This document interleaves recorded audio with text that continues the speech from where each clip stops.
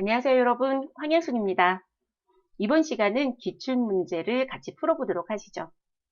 자, 전산 세입물을 진행할 예정입니다. 자, 횟수는 84회입니다.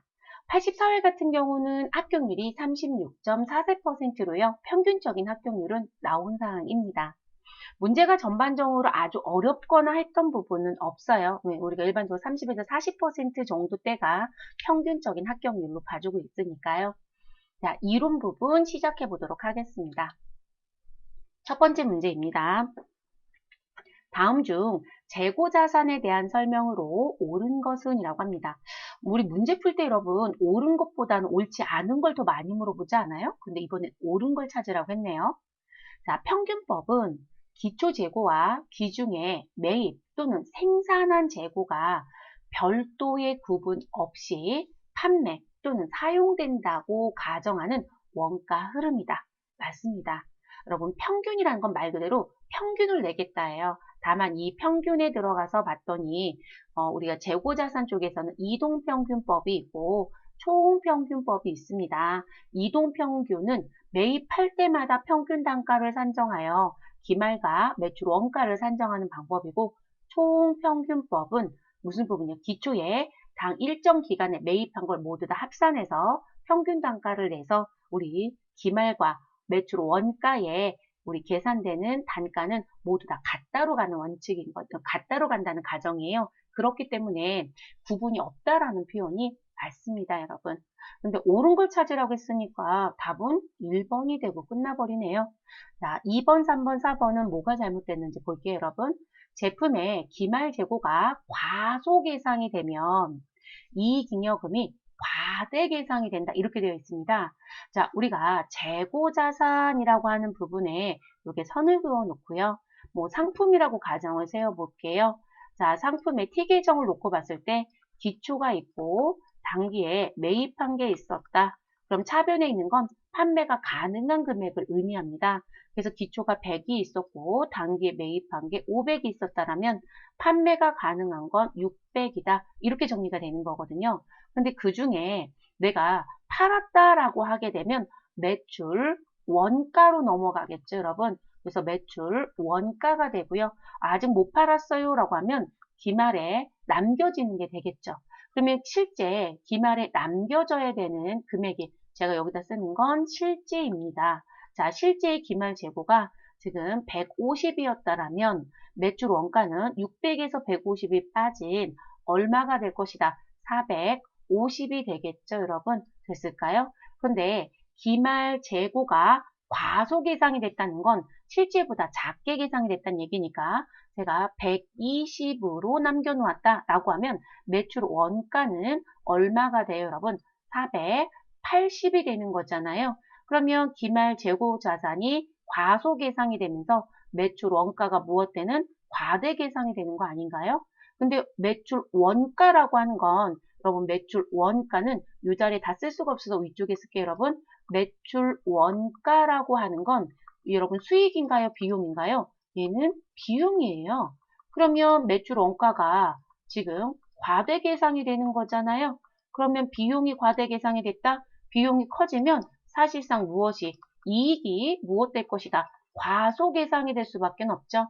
그리고 여러분 이익은 최종 종착지가 어디이다? 자본이에요. 그리고 그 자본에 손익에서 발생된 이익과 손실이 모이는 이익잉여금이 있었죠, 여러분. 그래서 자본에 이익잉여금에 모이게 되거든요. 그럼 이익이 과소됐으니까 이익잉여금도 뭐가 될 것이다? 당연히 과소계상이 되는 게 맞겠죠, 여러분. 이해되셨을까요? 그래서 과대가 아니라 과소가 된다는 게 맞겠죠.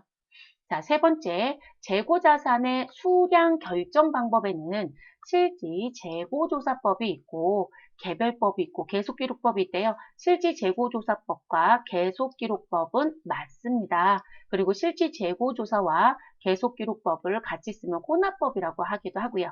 개별법은 수량 결정이 아니고 여러분 단가를 산정하는 단가 결정 방법 또는 원가 흐름 과정에 속하는 부분이죠. 그래서 개별법은 수량 결정이 아니다. 자, 네 번째, 정상적인 재고자산 감모 손실이 발생한 경우. 자, 여러분 재고자산 감모 손실이 발생하면 우리는 정상적 감모가 있습니다. 정상적 감모는 원가성이 무엇하다, 있다라고 얘기하죠. 그럼 정상적 감모는 뭐로 가셔야 되냐면 매출 원가에 무엇하게끔 되어 있다, 가산하게끔 되어 있습니다. 그러니까 매출 원가처럼 봐라 이렇게 얘기하고요. 그런데 비정상적 감모가 있을 수도 있겠죠. 그러면 이 부분은 원가성이 없다라고 얘기합니다. 그래서 원가성이 없는 비정상적 감모 손실은 영업의 비용으로 처리를 하는 게 맞습니다. 그럼 여러분, 영업의 비용으로 처리한다라고 했는데 정상이에요. 이 앞에 뭐가 붙어야 돼요? 비정상적인, 이렇게 돼야 정상, 우리 올바른 표현이 되겠죠. 그래서 지금 답은 몇 번이 된다? 1번이 올바른 표현이 됩니다. 자꾸 습관적으로 잘못됐다고 표현할 뻔했어요. 자, 그럼 정리 다 끝나셨죠, 여러분? 2번 문제로 넘어가 보도록 하겠습니다. 자본에 대한 설명으로 틀린 것은 이라고 되어 있습니다. 여러분, 자본 전체를 물어보는 거네요. 자본. 자, 자본은 자본금, 자본잉여금, 자본조정, 기타 포괄 손익 누계의 이익잉여금으로 구성된다. 그쵸? 항목이 5개 맞습니다. 두 번째, 미교부 주식 배당금은 자본잉여금이다. 아니죠, 여러분. 미교부 주식 배당금은 자본 조정 항목에 속합니다. 답은 2번이 되겠네요. 자, 주식 할인 발행 차금은 자본 조정이 맞습니다. 주식 발행 초과금은 자본 잉여금이 되겠죠. 자, 무상증자가 진행돼도 자본 총계에 변화가 없다. 여러분, 무상증자라고 하는 건 돈이 들어오지 않은 상태로 주식을 교부하는 부분이에요. 그럼 무상증자의 대표적인 부분이요. 내가 가지고 있었던 자본 잉여금의 항목을 정리하면서, 그러면 차변에 자본, 잉여금, 계정 과목 누군가가 정리가 되고요. 그리고 상대 계정 대변엔 누가 자본금이 증가하는 형태가 돼요. 이런 형태가 무상증자의 특징이에요. 그럼 자본 잉여금 무엇하고요? 감소했어요. 자본금은 무엇했어요? 증가했죠. 그럼 자본의 총계는 무엇하다? 변화는 없어요, 여러분. 그렇죠? 네, 총계는 변화가 없습니다. 왜냐면 잉여금이 줄고 자본금이 증가했는데 자본 잉여금도 자본에 속하고 자본금도 자본에 속하니까 하나가 줄어들고 하나가 늘어났다는 부분은 의미가 없는 얘기잖아요. 그래서 무상증자가 진행이 되면 자본의 총계는 변화가 없다라는 표현이 맞습니다. 그래서 답은 2번이 되겠습니다.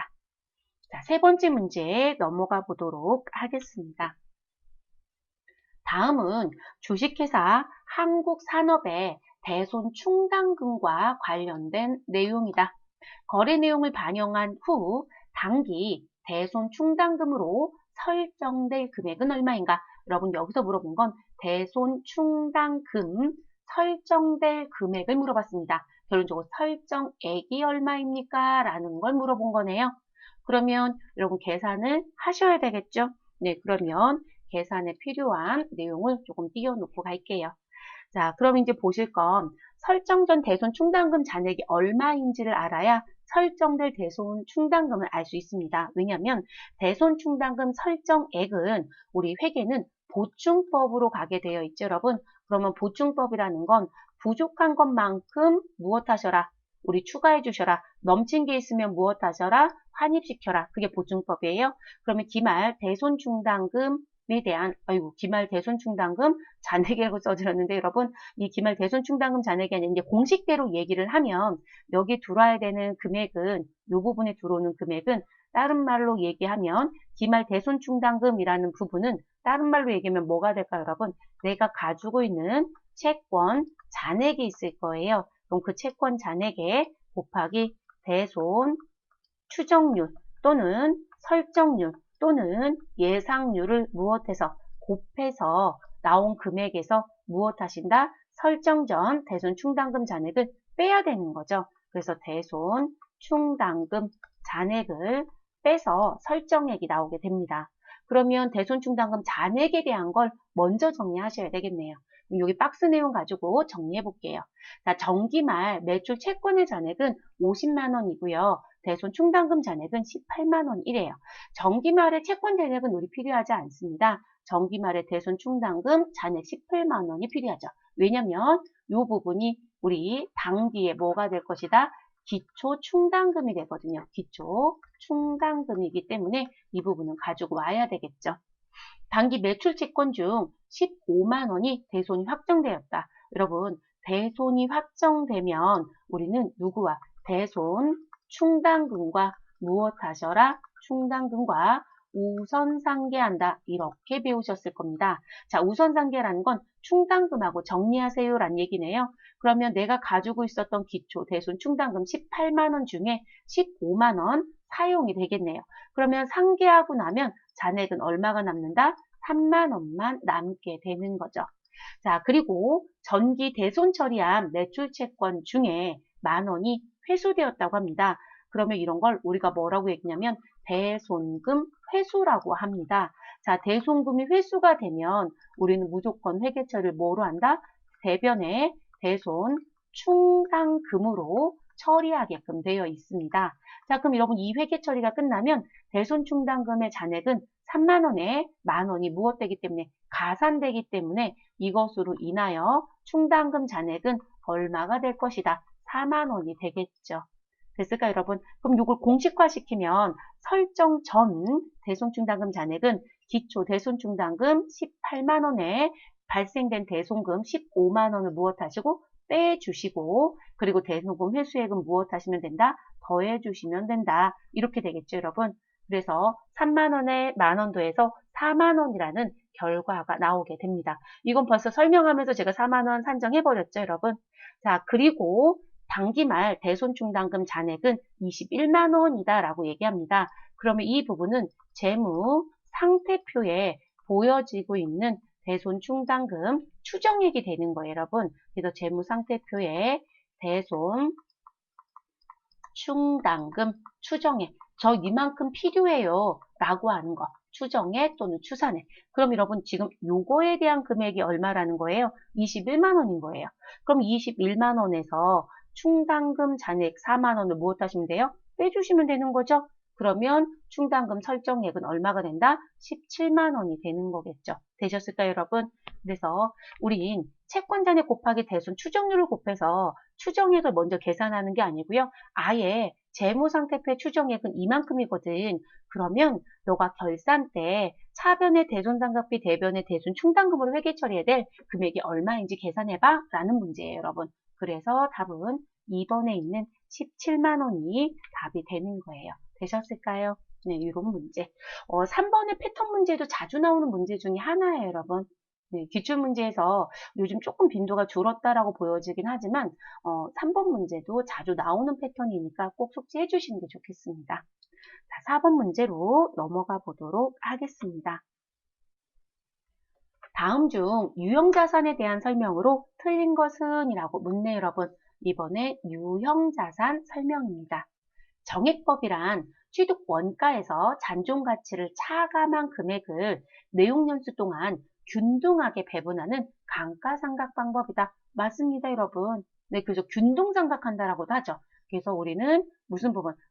취득 원가에서 잔존 가치를 빼고 내용 연수로 무엇 하시면 된다? 나눠주면 된다. 공식을 글로 준 거예요, 여러분. 네, 이게 감가상각비이죠.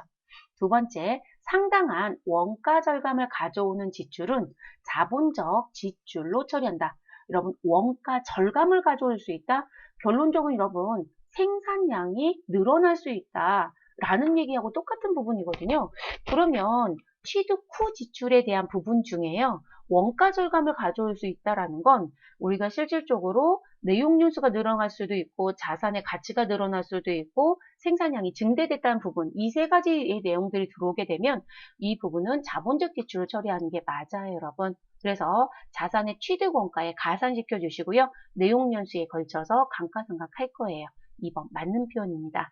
자, 세 번째, 영업활동에 필요한 토지는 유형자산으로 분류한다. 그렇죠, 여러분. 우리가 토지라는 거를 샀다라고 했을 때 토지, 그럼 이 토지를 놓고 봤을 때 여러분 우리가 영업활동에 사용할 겁니다. 그러면 유형자산이 맞습니다. 그런데 제가 이 토지를 구입해서 영업활동이 아니고요, 여러분 무슨 부분? 시세, 차익이 목적이래요. 다른 말로 얘기하면 투자가 목적인 거죠, 여러분. 그러면 투자자산으로 분류가 되는 거죠. 아, 근데 저희는 토지를 사서요, 팔 거예요. 그러면 무슨 얘기가 돼요, 여러분? 우리는 부동산 매매업을 하는 거죠. 소위 말해서 매매에 대한 얘기를 해요.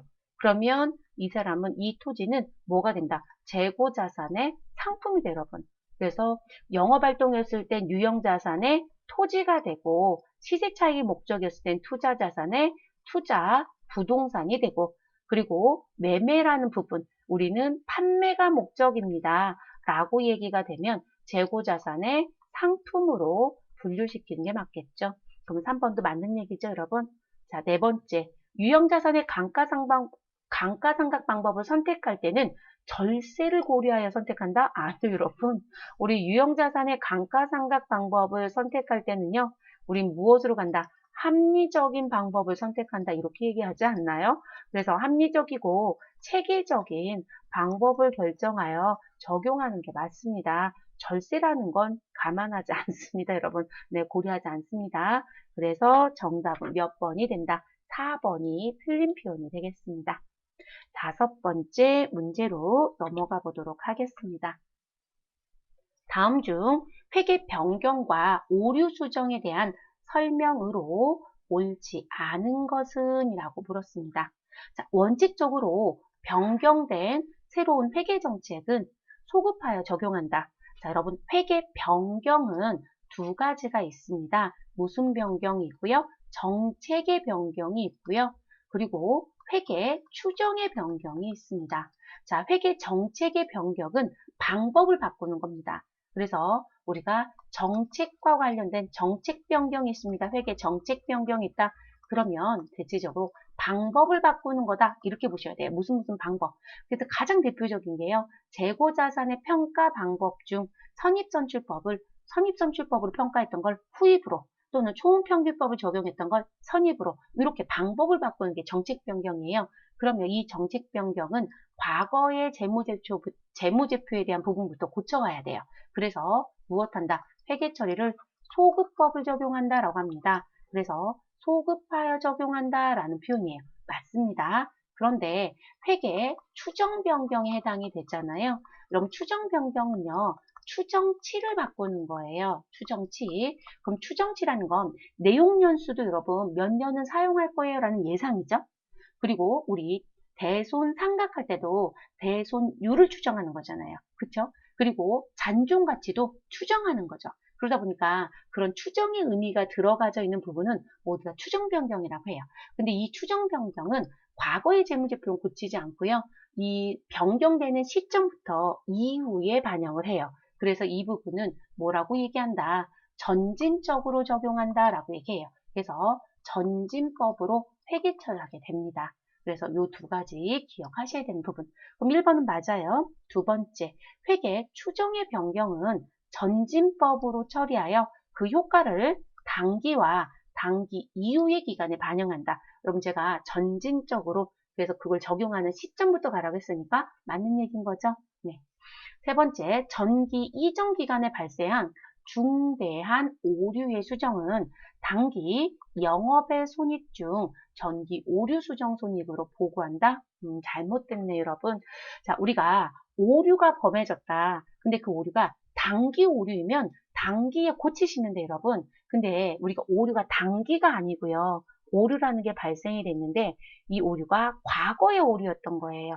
그러니까 단기 이전에 발생한, 이해되셨을까요? 그래서 단기 이전이면 전기도 있을 거고 전전기도 있을 거고요. 그럼 이 오류는 이렇게 얘기를 합니다. 중대한 오류이냐 중대하지 않느냐라는 걸 구분하라고 합니다. 그래서 중대한 오류에 해당이 된다. 중대하지 않은 오류에 해당이 된다. 라는 거에 따라서 처리 방법이 달라요, 여러분. 그래서 중대한 오류이다 라고 하시게 되면 이 부분은 반드시 정기 재무제표를 수정해야 된다고 얘기해요. 그렇기 때문에 이 부분은 자본에 어디로 대체가 돼야 된다?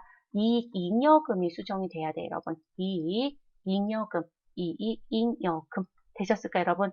그래서 이익잉여금에 갑니다.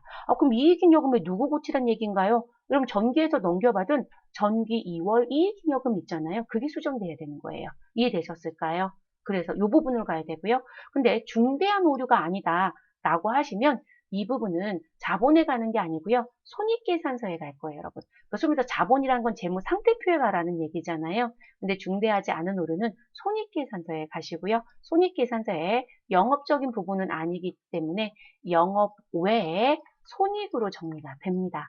그리고 이익잉여금으로 가든 영업의 손익으로 가든 계정 과목은 동일합니다. 근데 분류의 내용만 다른 거예요. 그래서 그때 사용하는 계정 과목은 전기, 오류, 수정, 손익이라고 하는 계정 과목을 쓴다라고 알아두시면 되겠습니다. 그래서 여러분 이거 전산 실무로도 분기 문제가 나와요. 그래서 중대하다라고 하면 우리 코드를 얘기해 든다면 300번대 코드를 써야 되는 거고요. 중대하지 않다라고 하면 900번대에 있는 코드를 쓰셔야 해요. 그래서 이렇게 코드의 분류도 달라질 수 있어요. 그래서 그런 거 조금 조심해 주시라는 거. 그러면 여러분 여기선 중대한 오류라고 했기 때문에 영업의 손익이 아니고 우리는 자본의 이익, 잉여금을 무엇하여야 한다? 수정하여야 된다. 라고 봐주셔야 되겠죠. 그리고 얘는 전기 재무제표부터 수정이 돼야 되기 때문에 전기 2월 이익잉여금을 고쳐요, 여러분. 그래서 그렇게 들어갑니다. 자, 그럼 답은 3번이 되겠네요, 여러분. 옳지 않은 거. 자, 네 번째, 회계 정책의 변경 효과와 회계 추정의 변경 효과로 구분하기가 불가능한 경우에는 회계 추정의 변경으로 본다. 맞아요, 여러분. 그래서 우리 정책 변경과 추정 변경의 구분이 불가능하다. 그러면 누가 된다? 추정 변경이 된다. 이렇게 보시면 됩니다. 그리고 정책의 변경과 그리고 추정의 변경이 무엇 되더라? 동시에 나오면요 라는 문제가 생기죠. 그럼 누구부터 정리해요? 라는 문제가 생겨요. 그래서 동시에 발생이 되시게 되면 우리는 누굴 먼저 정리한다? 정책 변경을 먼저 처리하시면 되겠습니다. 그래서 정책 변경이 우선 적용이 됩니다. 그거까지 같이 가져가시면 되겠습니다. 그래서 답은 3번. 자, 6번째 문제로 넘어가 보겠습니다. 다음 자료에 의하여 선입선출법에 의한 재료비 완성품 환상량을 계산하면 얼마인가? 여러분, 선입선출법이라고 되어 있네요. 선입선출법. 자, 당사는 종합원가 계산 시스템을 도입하여 원가 계산을 하고 있다. 재료비는 공정 초에 전량 투입하고 여러분 재료비는 공정 초에 전량 투입하니까 여러분 완성도는 재료비의 완성도는 몇 프로이다? 100%가 됩니다. 추가 투입이 없다는 거예요, 여러분. 그러니까 우리가 완성도가 이렇게 놓고 봤을 때 0% 시점에 재료비는 아예 투입이 된다는 얘기가 됩니다. 그런 의미가 되고요. 가공비는 공정 진행에 따라서 균일하게 발생합니다. 라고 얘기합니다. 그러면 우리 진행되는 속도 중간중간에 따라서 필요에 의해서 무엇하겠다? 투입하겠다. 자, 그럼 이 가공비는 시험지에 주어진 완성도를 따라가시면 되겠습니다. 그러면 여기 가공비라고 아예 글씨를 줬네요, 여러분. 너무 친절하지 않아요? 다른 시험들은 이 가공비 글씨 안 주고요. 그냥 완성도 40, 50 이렇게 주거든요. 네, 이 완성도가 가공비 완성도가 됩니다. 자, 기초 제공품 얼마이고요? 100개이고요. 단기 착수는 100개가 아니라 1000개, 단기 착수는 5000개, 기말 제공품은 2000개입니다. 그러면 여러분, 이 부분 완성품의 수량은 몇 개가 될까요? 물량으로 계산하실 수 있죠, 여러분? 그러면 기초와 착수를 두 개를 더하면 우린 6000개가 생산에 투입된 거라고 보셔야 되겠죠. 그 중에 2000개가 미완성이니까요. 완성품의 수량은 몇 개가 된다? 4000개가 되겠네요. 됐을까요, 여러분?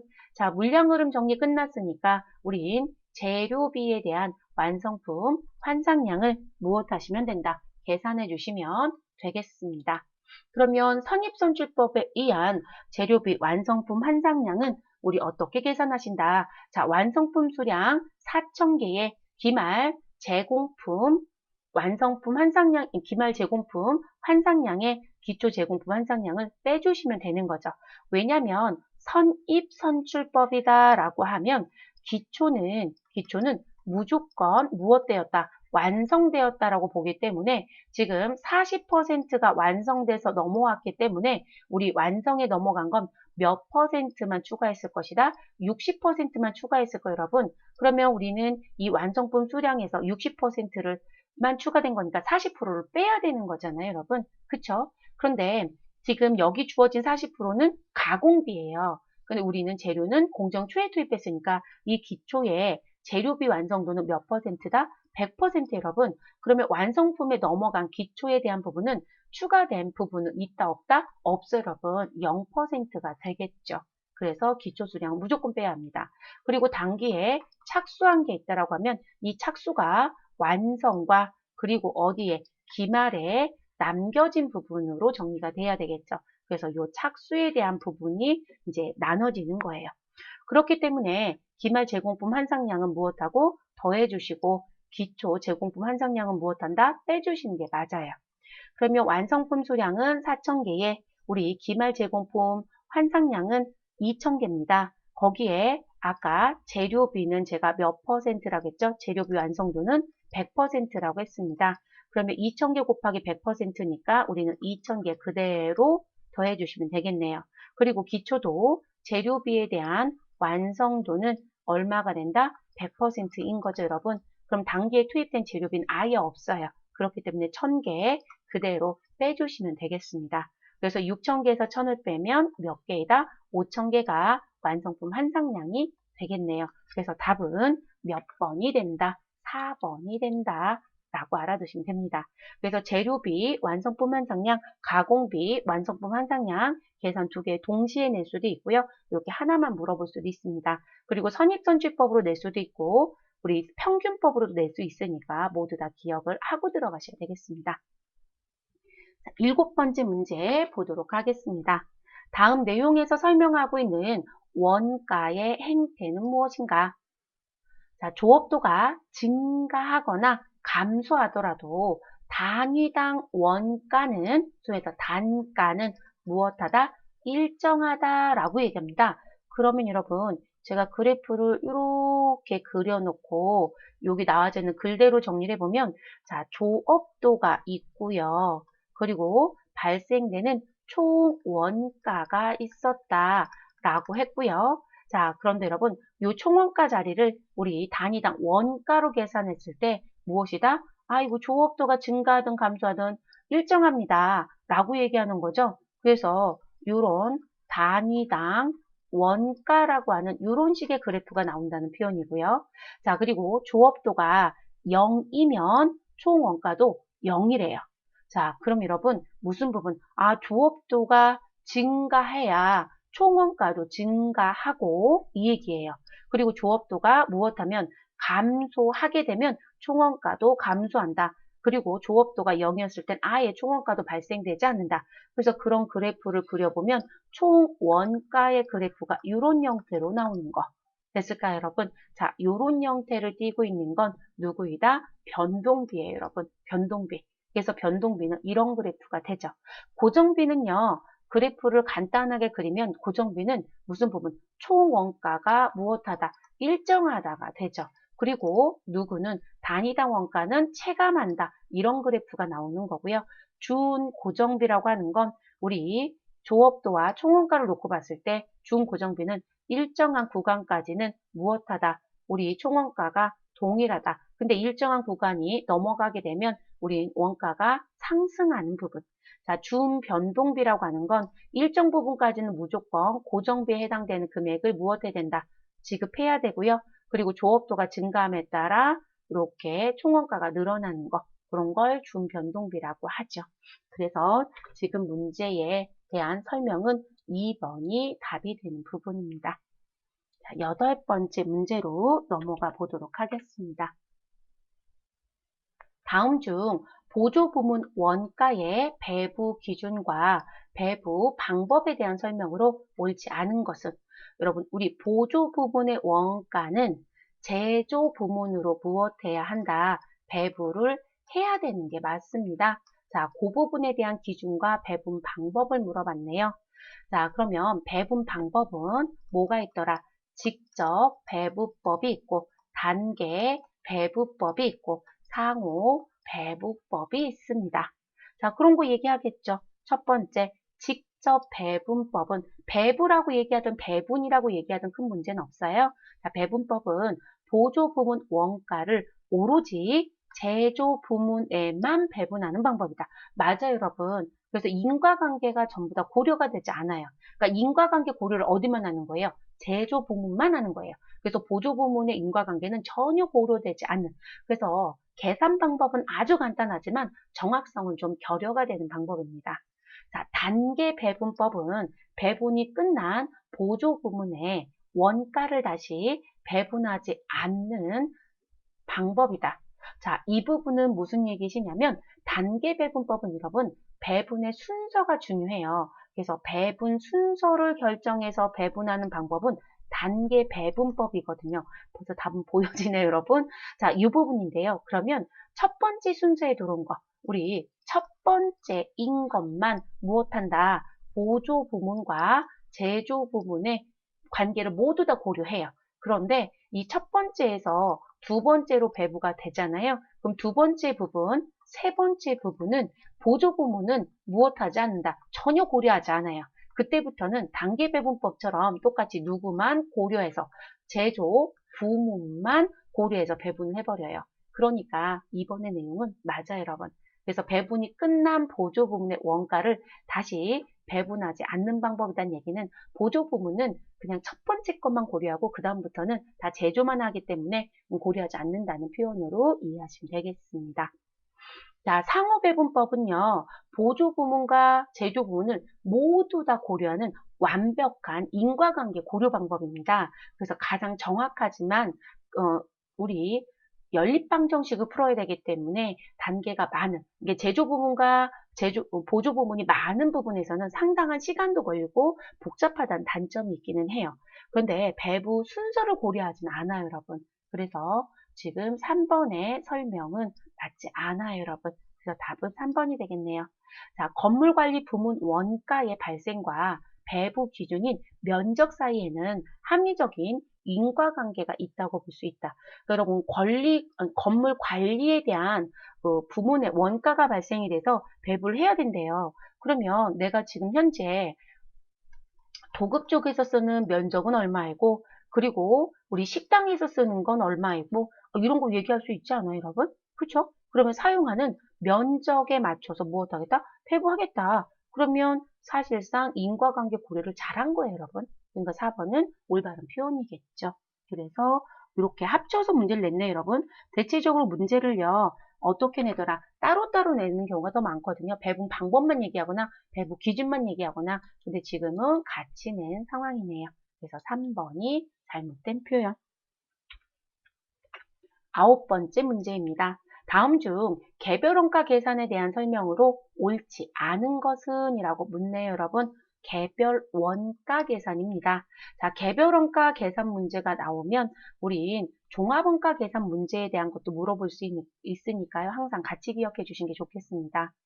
자, 개별 원가 계산에서는 개별 작업별로 원가를 집계함으로, 맞아요, 여러분. 집계함으로 제조와 관련된 직접비와 제조 간접비의 구분이 중요하다. 맞습니다. 그래서 개별 원가 계산은 우리 무슨 부분? 직접비와, 이렇게 생각하시면 돼요. 직접비와 간접비의 구분이 중요하다. 그럼 결론적으로 여러분, 우리 제조 간접비 배부라는 걸 하잖아요. 그러면 제조 간접비 배부는 어느 부분 때문에 배운 것이다? 우리 개별원가 계산 때문에 배운 거예요. 네, 그 내용으로 가져갈 수 있고요. 자, 실제 개별원가 계산에서는 제조 간접비를 기말 전에 배부할 수 있으므로 제품 원가 계산이 신속하다? 아니, 여러분, 여기는 실제가 아니고요. 이것 때문에 우리는 무슨 용어가 만들어지냐면 정상 개별 원가라는 게 만들어졌어요. 자, 그래서 우린 실제 개별 원가 계산이라는 표현이 뭐냐면 실제로 개별 원가 계산을 하겠다라면 우리는 직접비도 뭐가 되고요. 실제로 발생된 거이고요. 그리고 간접비도 뭐가 된다? 실제로 발생된 거를 얘기합니다. 근데 직접비 같은 경우는 여러분, 내가 라면 하나를 만드는데 들어가는 밀가루, 노동이 얼마 정도 들어간다는 건 금방 계산이 끝나요. 그런데 우리 간접비라고 해서 들어가는 전기요금, 이런 부분들은 달라질 수 있어요. 그러니까 이 실제라는 간접비를 얘기하려고 보면 제품이 완성되어야만 계산할 수 있어요. 그러면 완성이 되어야 실제 개별원가가 나온다는 얘기잖아요. 그러면 여러분 얘는 지금 미리 계산하는 방식이에요? 아니면 완성된 뒤에 계산하는 방식이에요? 뒤에 계산하는 방식이 돼요. 그렇기 때문에 제품에 대한 원가 계산이 신속할 수가 없어요, 여러분. 네, 그것 때문에 정상 개별 원가가 생긴 거예요.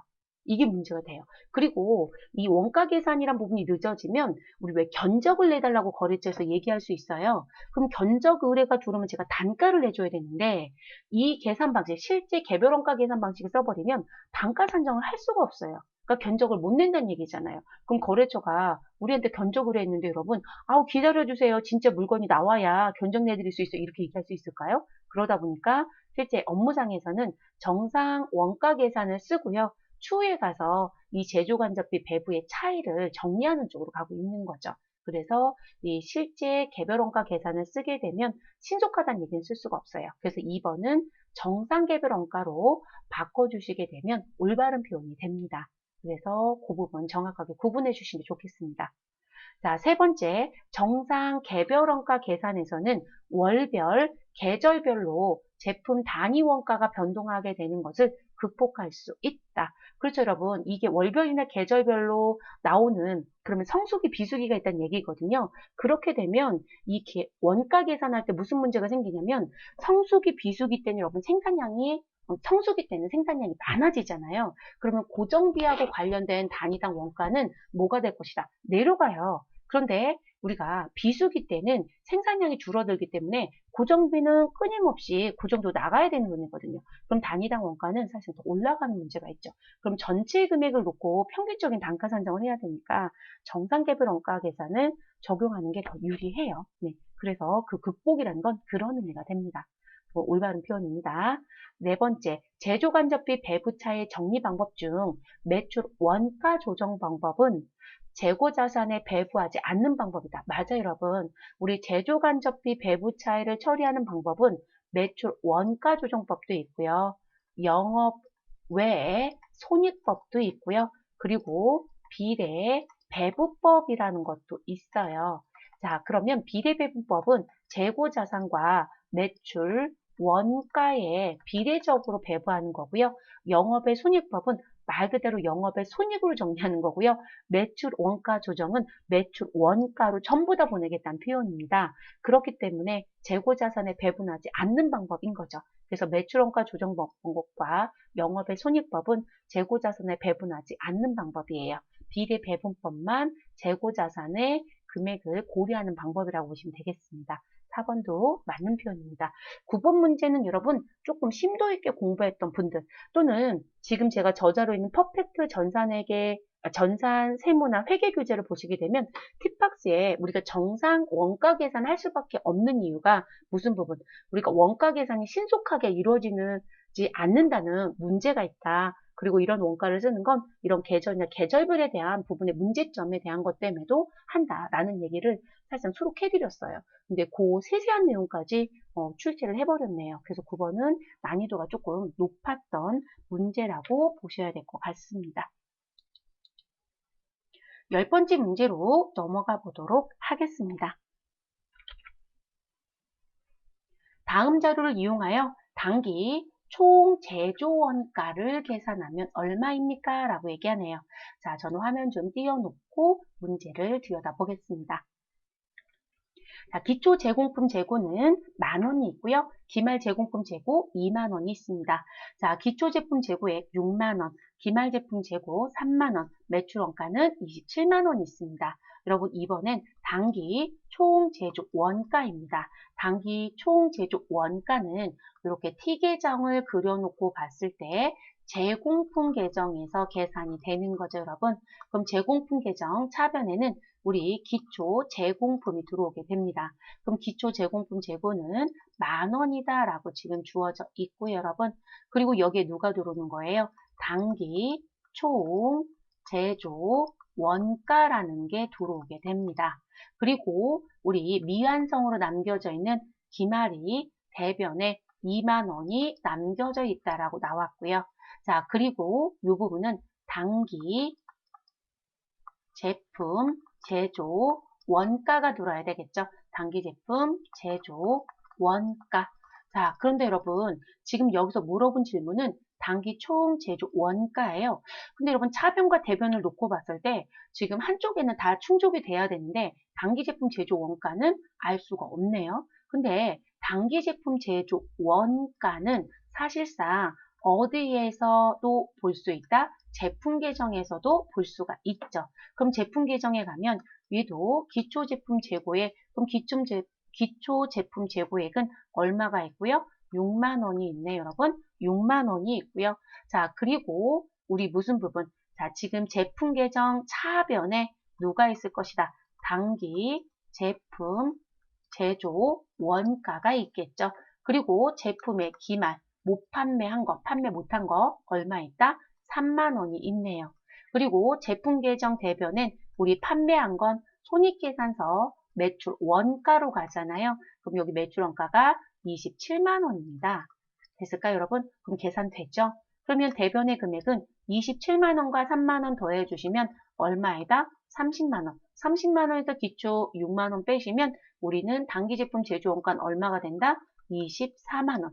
그러면 단기 제품 제조 원가 이 자리는 24만 원이 들어가게 되는 거죠. 됐을까요, 여러분? 그 원리대로 계산하시면 되죠. 그래서 기초 제품 재고 6만 원에 단기 제품 제조 원가를 더해서 우리 대변의 매출 원가와 기말 제품 재고 금액의 합과 같은 거예요. 그럼 27만 원에 3만 원 더하신 30만 원에서 6만 원을 빼면 24만 원이 나왔다는 거죠. 그래서 여러분 조금 전에 여기서 24만 원 바로 보여드린 거고요. 자, 그리고 이 부분은 제공품 계정 차변에 있는 단기 제품 제조 원가와 동일한 거잖아요. 그럼 기초 제공품 재고 만 원에 단기 총 제조 원가를 더한 건 단기 제품 제조 원가의 금액에 기말 제공품 재고를 더한 거하고 같으니까요. 자, 그러면 단기 총 제조 원가는 26만 원에서 1만 원을 빼면 25만 원이 나오게 되죠. 그래서 답은 1번이 되겠네요. 됐을까요, 여러분? 그래서 이번의 문제는 단기 총 제조 원가를 계산하는 문제입니다. 그래서 문제가 어떤 경우는 제품에서 역으로, 어떤 경우는 제공품에서 역으로 제품으로 넘어가는 금액을 물어보거나, 네, 이런 식으로 문제들이 계속 병행해서 나오니까요. 알아두실 거. 지금 이런 형태들의 문제가 2019년도 기속 기준으로 물어봤을 때요. 문제 출제가 지금 3번 이상 출제가 되고 있어요. 그러니까 항상 내는 패턴이니까 꼭 기억을 좀 해주시는 게 좋겠습니다.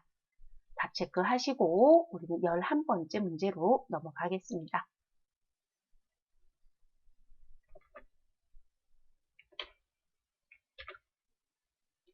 다음 중 사업장 범위에 대한 설명으로 옳지 않은 것은? 이라고 물어보네요, 여러분.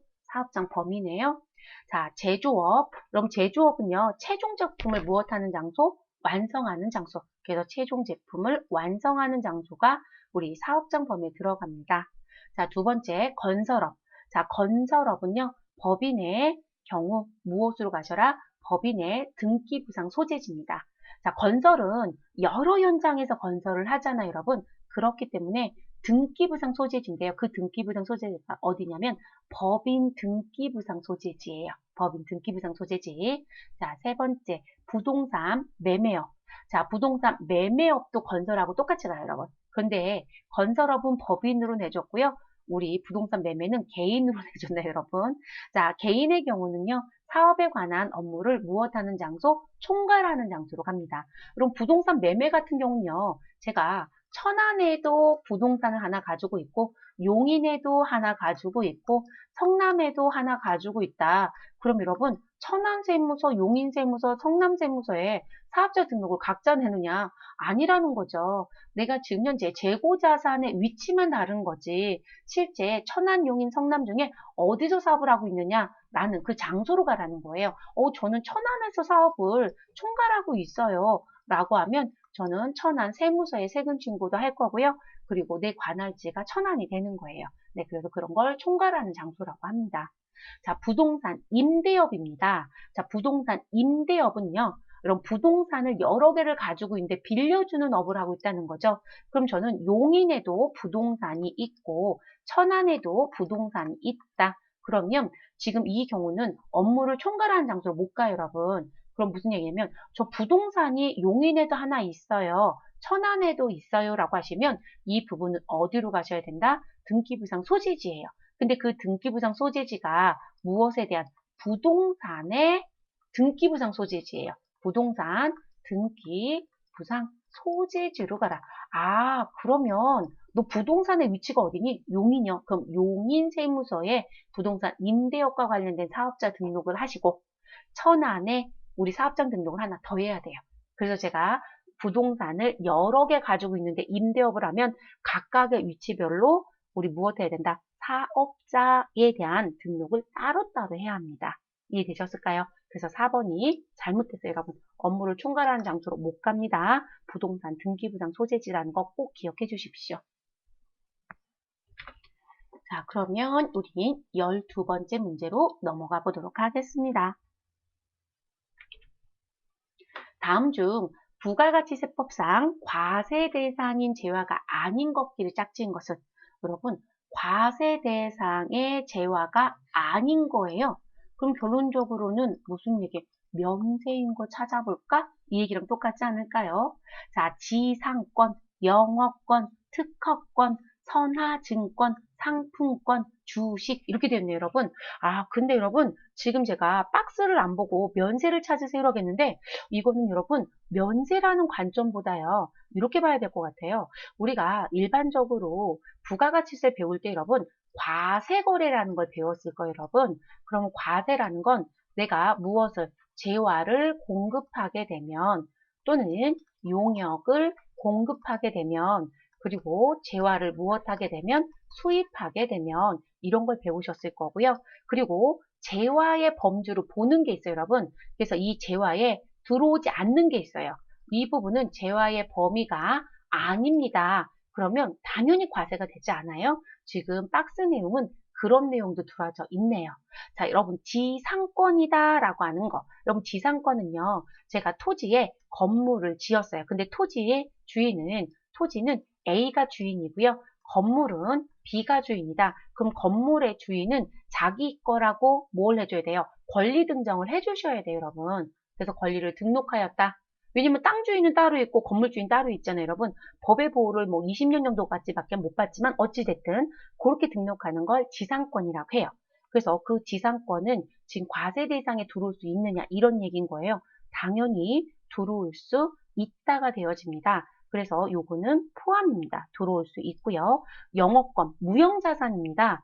여러분, 우리 이 재화라고 하는 부분에 들어온 범위에는 우리 눈에 보이면 유채물, 눈에 안 보이면 무채물이에요. 대표적인 무채물이 무형자산이에요. 그럼 영업권 무형자산이고요. 특허권 무형자산입니다. 당연히 들어옵니다. 그리고 여러분 선화증권도요. 당연히 들어야 되는 부분입니다. 그래서 우리 선화증권을 무엇하는 분들이 있다. 우리 매매했어요 라는 분들이 있으세요. 그러니까 수입하는 분이요. 수입을 하고 선화증권을 갖고 있어야 물건의 주인이 되거든요. 근데 그 물건의 주인으로 갖고 있는 이 선화증권은 유가증권이에요. 근데 그 유가증권을 무엇하였다? 매매할 수 있느냐 물어보면 매매가 가능해요, 여러분. 그래서 선화증권 또는 창고증권이 들어올 수도 있어요. 그래서 이 창고증권을 매매하게 되면 이 부분은 무엇으로? 재화의 공급으로 보는 게 맞아요, 여러분.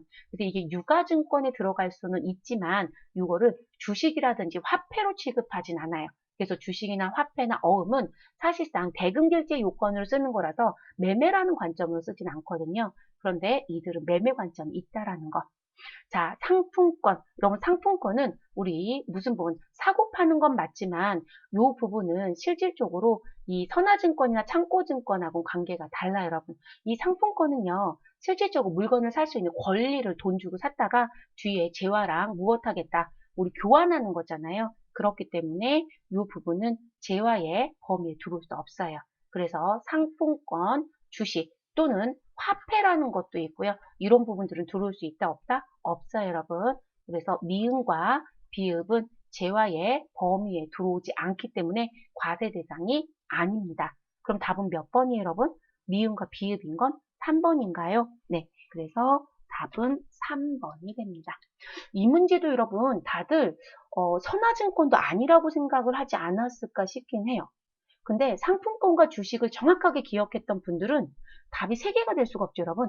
보기에 2개씩밖에 없으니까요. 네, 그래서 오해가 없었을 것 같긴 한데 선화증권, 창고증권 대부분들 모르신 분들 많더라고요. 네, 포함이 될 수 있습니다. 13번째 문제로 넘어가 보도록 하겠습니다. 다음 중 부가가치세법상 재화의 간주 공급에 해당하지 않는 것. 여러분, 재화의 간주 공급. 단, 아래 모든 재화 용역은 매입 시 매입세액공제를 받은 것으로 가정한대요.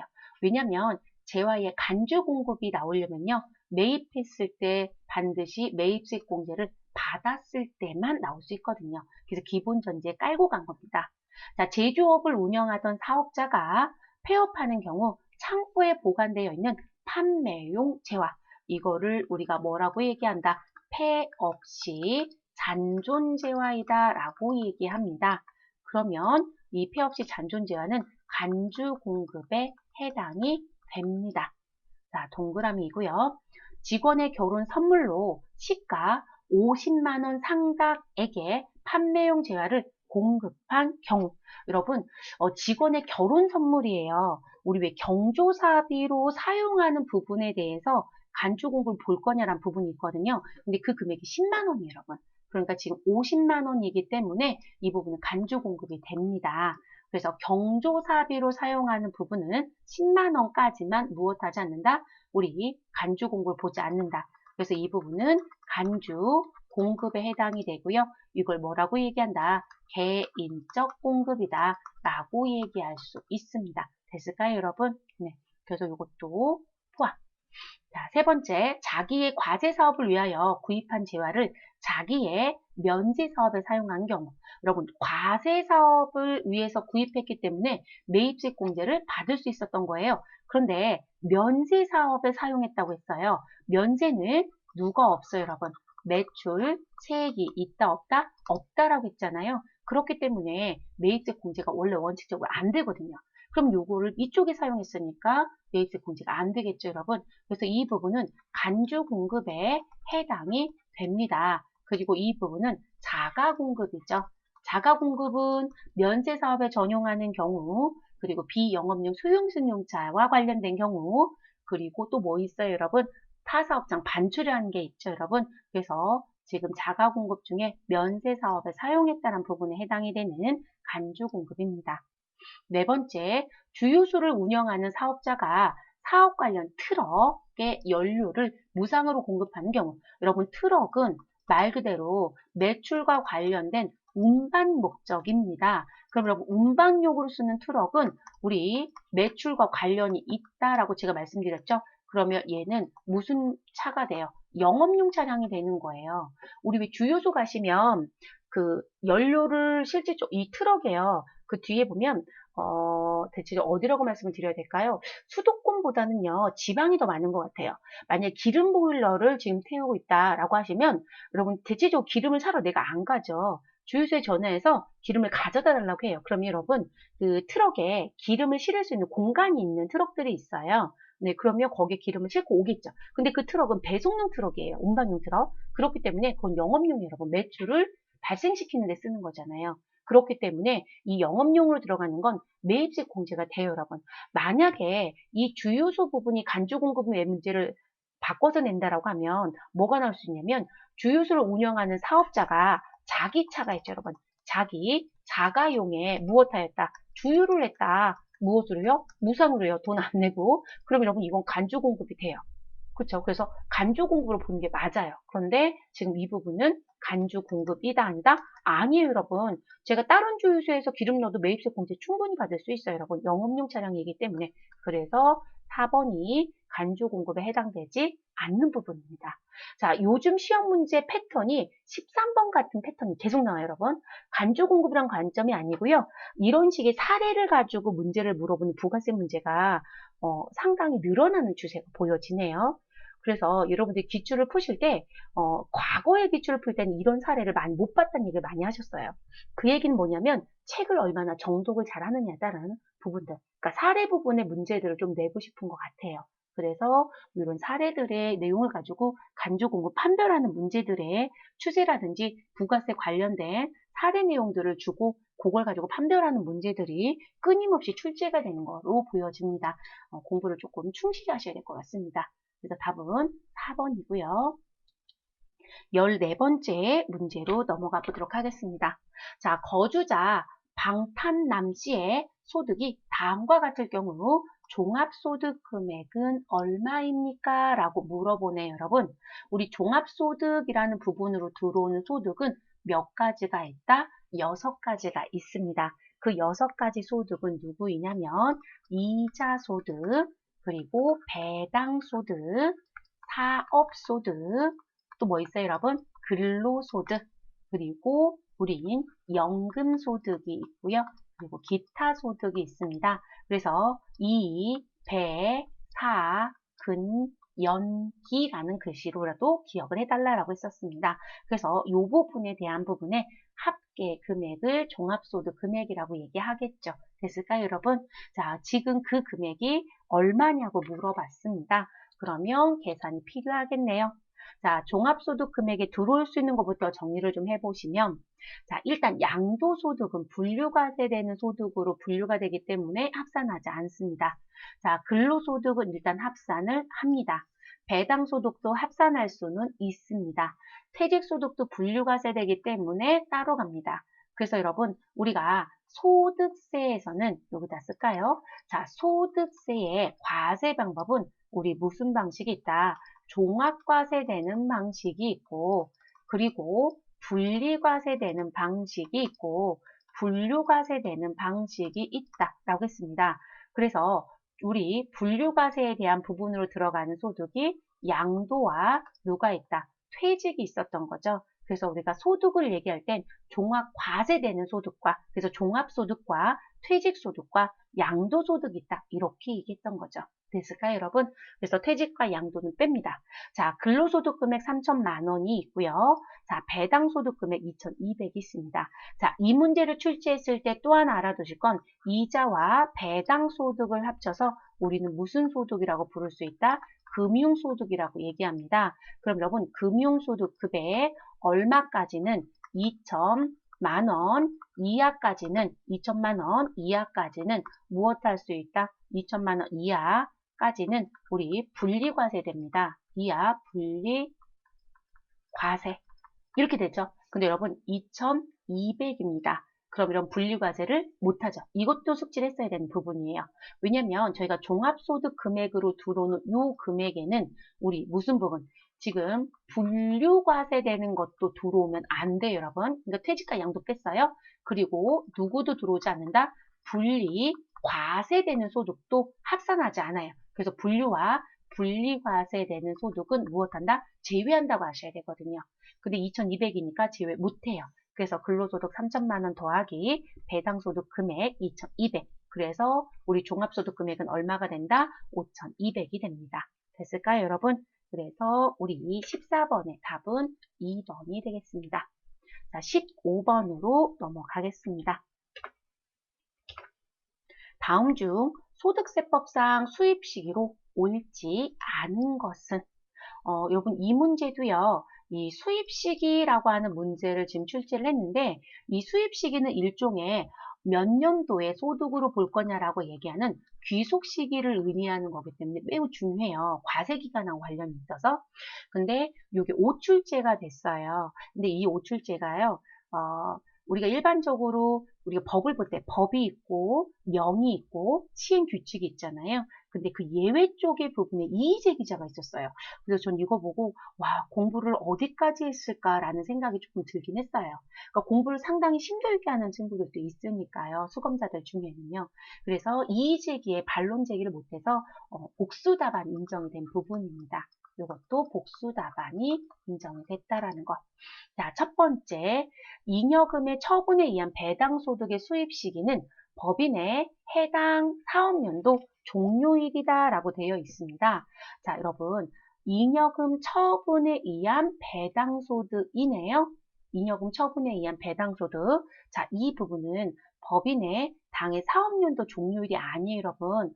회사가 이익이 얼마가 났다라고 해서 주주총회를 하고 그 주주총회에 의해서 우리는 무엇한 거예요? 배당소득 처분해 준 거고 배당소득 결의가 끝난 거거든요, 여러분. 그러면 주주총회를 해야 되는 거잖아요. 근데 여러분 당해 사업연도 종료일은 주주총회를 아직 할 시기가 안 된 때예요. 그래서 이 부분은 뭐로 가셔야 되냐면 우리 당해 법인에 언제로 가셔야 된다. 잉여금 처분 결의일이 돼야 돼요. 그래서 잉여금 처분 결의일. 그러니까 여러분 잉여금 처분 결의일이 일반적으로 주주총회일이거든요. 네, 그래서 이 부분으로 가야 합니다. 그러면 일단 옳지 않은 거니까 1번 잘못됐다라는 게 결정이 끝났어요. 자, 두 번째, 비영업대금 이익의 수입 시기는 약정에 의한 이자 지급일이다. 네, 맞습니다. 이자 같은 경우는요, 약정에 대한 부분이 우선이에요. 근데 약정이 없다라고 하면 지급받은 날로 가겠지만, 그래서 약정에 의한 이자 지급일이 맞습니다. 세 번째, 장기 할부 조건에 의한 상품 등 판매에 대한 수입 시기는 요거는 사업소득에 대한 수입 시기를 말하는 거예요. 그래서 사업소득에 대한 수입 시기인데 장기 할부 조건이었을 때의 수입 시기는 그 상품 등을 인도한 날이다. 자, 여러분 우리가 일반적으로요. 할부라는 부분이 있는데요. 할부는 단기 할부가 있고요. 장기 할부라는 게 있습니다. 자, 단기 할부는 사실상 인도한 날이 맞아요, 여러분. 인도 시점이 맞습니다. 뭐 판매 시점, 인도 시점, 이게 맞아요, 여러분. 그리고 장기는 자, 원칙으로 가면 뭐가 맞다? 인도가 맞아요, 여러분. 인도 시점이 맞습니다. 그런데 이 장기에 예외가 있어요, 여러분. 자, 예외라는 건 뭐냐면 장기 할부는 제가 대금을 회수하는데 그 대금의 회수 기간이 1년이 넘어간다는 거예요. 그래서 제가 대금 회수를 36개월에 걸쳐서 받기로 하였다. 근데 이거를 인도로 하면 제가 3억 6천에 매출이 있었다. 3억 6천. 그럼 여러분 지금 인도로 가면 저는 한꺼번에 3억 6천을 모두 다 수익으로 잡아서 세금을 내야 된다는 얘기가 되거든요. 그런데 예외에 갔더니 뭐라고 되어 있냐면 이런 예외가 있어요. 이 수입 시기를 약정을 했거나 또는 너가 회계 처리에 대한 부분을 할 때 무슨 부분? 나 지금 이 부분은 언제 나눠서 받겠다는 부분으로 회계 처리도 했고 그 약정했던 날짜가 있어서 그 날짜대로 받을 거예요. 라는 부분만 명확하다라고 하면 그걸 예외적으로 인정을 해요. 그럼 결론적으로 무슨 얘기냐면 나는 예외적으로 지금 대금을 받은 거에 대해서만 수입으로 잡아주고 그리고 이 수입에 대응되는 뭐가 있을 거예요, 여러분? 원가가 있잖아요. 그 원가도 이 수입에 해당되는 것만큼만 무엇으로? 필요, 경비로 처리했다라면 인정이 된다는 예외 규정이 있어요. 근데 이걸 이의제기해버린 거예요. 그러니까 이게 단기 할부였으면 3번은 무조건 맞아요, 여러분. 그런데 출제자가 장기라고 내버렸잖아요. 그러다 보니까 여기에 무슨 부분? 수입 시기는 무엇을 붙여줬으면 원칙적으로 이렇게 붙여줬으면 괜찮아요. 근데 원칙 얘기도 없죠, 여러분. 그러다 보니까 예외를 이의제기한 거예요. 그러니까 얘도 맞네. 이렇게 돼버린 거예요. 이해되셨을까요? 그래서 원칙은 인도가 맞지만 예외적으로 우리 수입하기로 약정한 날이 속한 과세 기간에 우리 당의 수입 금액에 대해서 금액을 잡아주시고 이에 대응되는 필요 경비를 계상했다라면 그만큼만 보겠다. 그러니까 받은 것만큼만 수입을 하고 그거에 대응되는 원가만 잡았다라면 필요 경비도 그만큼만 잡았으니까 인정하겠다는 규정이 있어서요. 그것 때문에 3번도 사실상 인정을 또 했어요. 그러니까 이건 오출제 부분 때문에 그렇습니다. 정확한 건 1번을 냈던 거예요. 취지는. 네 번째, 퇴직소득의 수입 시기는 퇴직한 날로 한다. 맞아요, 여러분. 그래서 퇴직소득의 수입 시기는 퇴직한 날. 그래서 이 날을 귀소 시기라고도 얘기할 수 있어요. 그래서 나온 부분. 그러면 정리가 끝난 거죠, 여러분? 그래서 우린 답이 몇 번과 1번과 답은 1번이라는 부분하고요. 3번이라고 하는 복수 답안이 인정되었다. 이렇게 알아두시면 되겠습니다. 그래서 여러분 15번 같은 경우는 대체적으로 대부분 1번만 생각을 했을 거예요. 그런데 이제 이의제기자가 있어서 이제 3번도 같이 인정을 해준 것 뿐이에요. 네, 그렇게 보시면 되겠습니다. 자, 이번 회차 같은 경우는 합격률이 아주 낮지는 않았어요, 여러분. 저희가 뭐 20%대 합격률도 있으니까요. 근데 이론 문제 부분에 보시면 이제 중간중간 조금 더 심도 있게 공부를 해야 되는 문제들, 그리고 조금 유의를 해야 되는 문제들이 좀 출제가 됐었다라는 게 뭐 특이점이라고 보시면 되겠습니다. 자, 고생들 많으셨고 여러분, 저는 다음 강좌에서 또 기출문제로 찾아뵙도록 하겠습니다.